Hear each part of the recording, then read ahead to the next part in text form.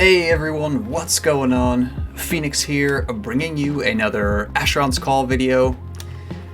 I have been hunting mighty oak golems for, I don't know, an hour now, and I found a small shard on a sentient fragment. I found out that hoary maticers drop lucky golem red letters. I found, a whole bunch of plants, and I finally found what I was looking for so that I could make this video, which is a tree trunk. Who would have guessed?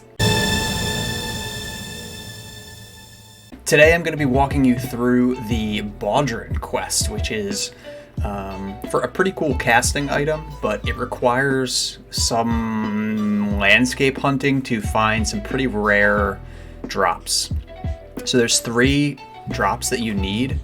The first one is going to be a Fire Shreth Hide, which I think is the rarest drop. And the way that I've actually been, and what spawned this video, been hunting them is whenever I do crystal mines, that's in Danby's Outpost, which now I'm not going to be able to find it. There it is. So Danby's Outpost, this is kind of the area where Fire Shreths can spawn. So whenever I'm running to Dark Tree Crystal Mine, I just have Fire Shreths in my Virindi sense.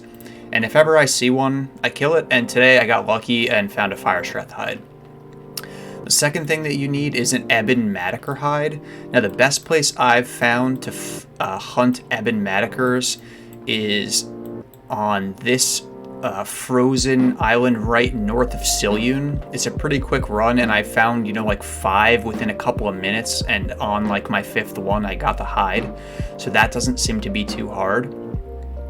And then the last thing you need is the tree trunk that I mentioned previously. So the best way that I know to get a tree trunk is to use a Master Mage Seldaseth's or Keldaseth's portal gem. That's going to take you up here to the Mage Tower, and actually the place you need to go to create the Buadren is right here on the map, and along the way you can find mighty oak golems, and they drop this tree trunk. So I had to do quite a few laps to finally find one who dropped a tree trunk, but supposedly it's not the rarest spawn, and there are quite a few nice landscape spawns in this area. Like I said, I found a sentient fragment and some plants, so not a complete waste of time. Now the first part of the recipe, we actually need to get a noodle cutter. I never thought I would say that in one of these videos, but here we are. So you're going to need to get a noodle cutter. They're sold just like generally by certain shopkeepers. It's pretty easy to find. You're going to use that on the Fire Shreth Hide, and it's going to give you these leather straps. The next step is going to be to come to this little on settlement. There's 3 NPCs that are related to the Buadren, and then there's an upgraded Buadren called the Invoker, which I'm also going to be making a separate video on. You're going to want to give the Ebon Matiker hide to, let me close this map. You're going to want to give the Ebon Matiker hide to On Tikake, and he's going to examine it and should give you a tanning oil. You're going to use this tanning oil on the Ebon Matiker hide to get a tanned Matiker hide. And the last thing we need to do is you're going to need to get a whittling knife. That's a hard word to say. Whittling knife.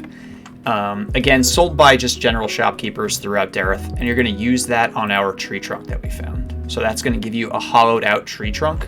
And now we're just going to combine all of these items to form our Buadren. So I'm going to use the tanned hide on the hollowed out trunk, and then the leather straps on that Buadren. And there you go, that's a Buadren. Once you have that put together, you're going to hand it back to the same NPC, who's going to give you a wieldable version. Going to say some stuff, and gives you Buadren. So yeah, so it's got Heart of the Oak, which increases your self by 20 points, and I think that can be layered. So I have Legendary Self, and I think this goes on top of that. Yeah, so plus 100 self now with this, which is pretty cool. And I also just think this is like one of the coolest looking casting items that they have in the game. So that's how you get the Buadren. It can kind of be a pain. I wouldn't recommend, being like, hey, I'm going to run the Buadren quest and then just running out and trying to do it. I recommend, like I said, if you're doing crystal mines and shattered souls every day, you know, put fire shreths into your Verendi Sense, and, you know, if you get lucky and find the hide, then start doing the other parts. And yeah, I mean, that's all for this one. I hope you enjoyed this video. If you did, please press that like button, please subscribe to the channel, and thanks for watching. Bye.